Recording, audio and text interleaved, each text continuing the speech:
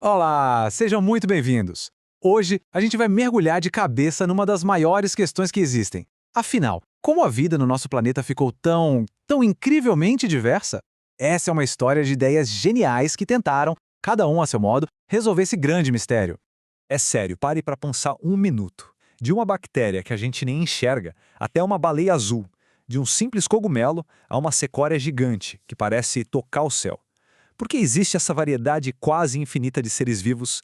É uma pergunta que fascina a gente há séculos. E agora, vamos explorar as principais respostas que já surgiram. A nossa jornada começa lá atrás com Jean-Baptiste Lamarck, numa época em que a maioria das pessoas acreditava que as espécies eram fixas, sabe? Criadas de um jeito e pronto, imutáveis, ele teve a ousadia de dizer: não, peraí, e se elas pudessem mudar com o tempo? Foi uma ideia e tanto. E como funcionava essa ideia do Lamarck? Bom, ela se baseava em dois pilares. O primeiro é a famosa lei do uso e desuso. A lógica era direta. Quanto mais um ser vivo usava uma parte do corpo, mais ela se desenvolvia. Se não usava, ela atrofiava. E o exemplo clássico que todo mundo conhece é o da girafa esticando o pescoço para comer. Aí entra o segundo pilar, a lei da herança das características adquiridas. Ou seja, aquele pescoço que ficou mais longo pelo esforço seria passado para os filhos. Simples assim.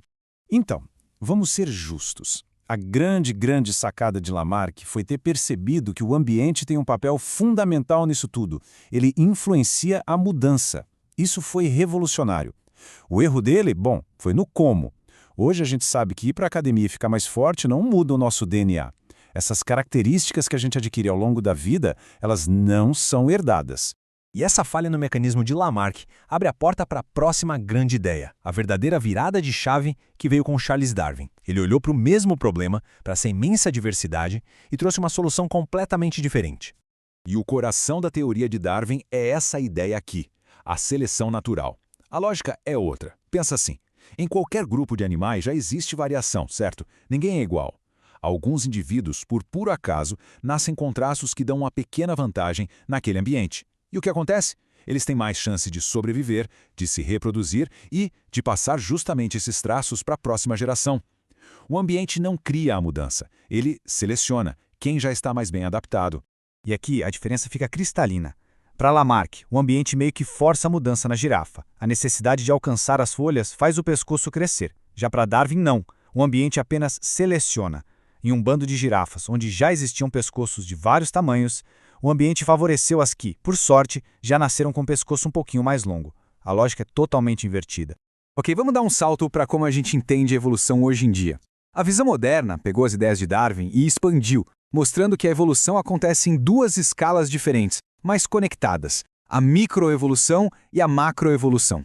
Essa tabela ajuda a gente a visualizar bem. A microevolução são as pequenas mudanças que acontecem dentro de uma população, em um tempo relativamente curto. É a adaptação acontecendo. Já a macroevolução é a visão panorâmica, é a grande história da vida contada em milhões de anos, resultando no surgimento de grupos inteiros de seres vivos, como os peixes, os répteis, os mamíferos. E o mais legal da microevolução é que a gente consegue ver ela acontecendo, literalmente. Sabe as bactérias que ficam resistentes a antibióticos? Pura seleção natural em ação. Ou os insetos que se tornam imunes a pesticidas. É a evolução acontecendo no nosso quintal, diante dos nossos olhos. A macroevolução, por outro lado, é aquela que a gente descobre olhando para os fósseis. São as histórias épicas da vida na Terra. A gente está falando da origem das aves a partir de um grupo de dinossauros, ou da transição incrível dos peixes para os primeiros anfíbios que conquistaram a terra firme. São os grandes capítulos da vida. E aqui está o pulo do gato. Micro e macroevolução não são coisas diferentes. É exatamente o que a frase diz. A macroevolução é só o resultado acumulado de incontáveis pequenos eventos de microevolução ao longo de um tempo absurdo. É como assistir a um filme. A microevolução é cada quadro, cada cena. A macroevolução é a história completa, do início ao fim. Para a gente amarrar tudo isso de vez, vamos voltar para o nosso exemplo da girafa. É perfeito para a gente comparar como os três grandes modelos que a gente viu até agora explicariam um famoso pescoço comprido. Primeiro, a versão de Lamarck. A história aqui é a do esforço. A girafa, de tanto se esticar para alcançar o alimento, foi alongando o pescoço durante a vida, e essa característica, adquirida pelo esforço, teria sido herdada pelos filhotes. Agora, a explicação de Darwin. A história muda completamente. Aqui, a gente já começa com uma população de girafas com pescoços de tamanhos diferentes. As que nasceram, ao acaso, com o pescoço um tiquinho mais longo, levaram vantagem. Comiam melhor, viviam mais, deixavam mais filhotes, que, claro, também herdavam os pescoços longos. E por último, a explicação criacionista. Nesse modelo não houve um processo de mudança. As girafas simplesmente foram criadas já com pescoços longos. Foi um design, um projeto específico para que elas pudessem se alimentar das folhas mais altas. Certo. Então temos esses modelos bem diferentes, que partem de lógicas totalmente distintas. Para fechar, vamos organizar tudo num tipo de mapa, que vai ajudar a gente a navegar por essas visões da ciência, da filosofia e da fé sobre de onde viemos. Essa tabela é um ótimo resumo. Dá uma olhada em cada coluna. A ideia central, o mecanismo, o papel do ambiente, tudo muda. O criacionismo é entendido como uma visão que pertence ao campo da fé ou da filosofia. O lamarquismo, por sua vez, foi uma teoria científica, mas que acabou sendo superada por novas evidências. E o darwinismo, na sua forma moderna, chamada de neodarwinismo, é o modelo que a ciência hoje aceita como a melhor explicação para a diversidade da vida. Então, no final das contas, a gente pode resumir tudo em 3 grandes narrativas. A primeira é a do criacionismo, que enxerga a vida como um projeto. Em seguida, temos a narrativa de Lamarck, que nos diz que a vida se transforma através do esforço de cada indivíduo.